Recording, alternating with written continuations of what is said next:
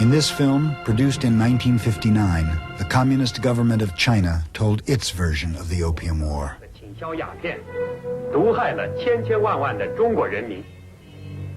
到1838年，仅广州一地就输入了4万多箱鸦片，抢走了3000多万两银子，中国的经济濒于破产了。这是中国人民不能容忍的。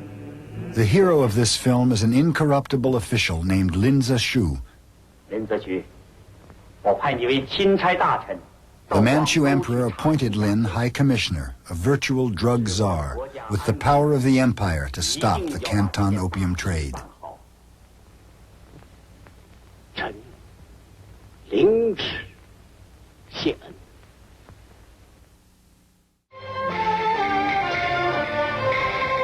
In 1839, Commissioner Lin arrived in Canton to survey the forces he would use to stop the opium trade. 这炮是哪一年铸的？乾隆42年，比我还大3岁了。能够试一炮吧？行，请吧，开炮。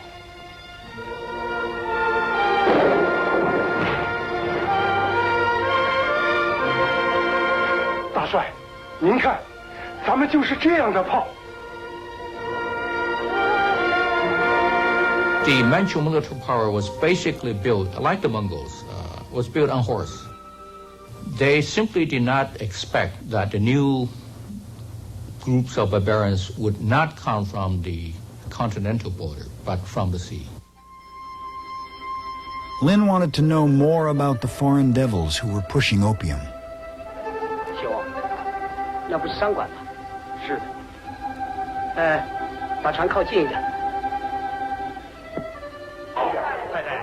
As he surveyed the Canton factories, Lin decided that the British merchants must be outlaws. The British government couldn't possibly support men like these. So here you have a macho British trader who feels limited by a condescending Chinese system. For the Chinese Mandarin, they will say, well, who are these people? Just a bunch of real barbarians who drink and who eat and who do all these nasty things, and who, of course, smuggle opium. Lin decided to write a letter to a more cultured foreigner, the Queen of England. There is a class of evil foreigner that makes opium and brings it for sale, tempting fools to destroy themselves merely in order to reap profits. What is here forbidden to consume, your dependencies must be forbidden to manufacture.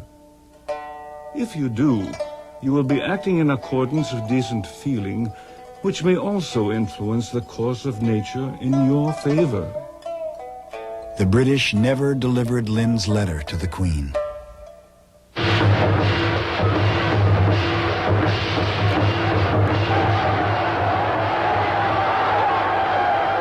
Impatient for results, Commissioner Lin blockaded all foreigners in their Canton factories. Then he forced the Canton traders to hand over their entire opium stock, over 3 million pounds. Not wanting to burn it lest people inhale the fumes, he ordered it dissolved in river trenches.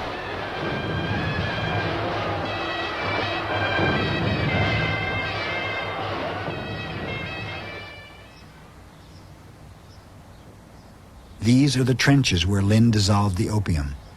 Standing on these banks, Lin offered a prayer as the opium flowed to the sea. You who wash away all stains and cleanse all impurities should tell the creatures of the water to move away for a time, to avoid being contaminated.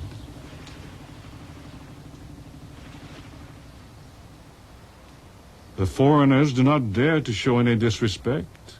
And indeed, I should judge from their attitudes to have the decency to feel heartily ashamed.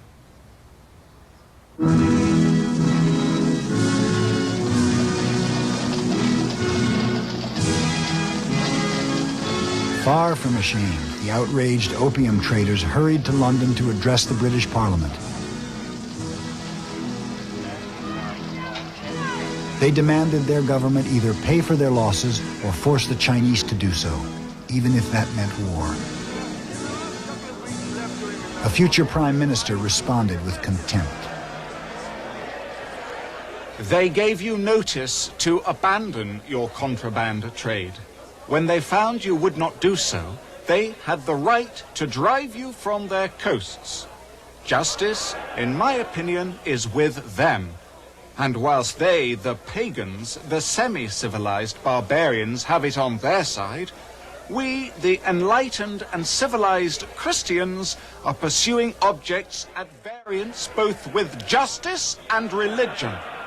A war more calculated in its progress to cover this country with permanent disgrace, I do not know and have not heard of.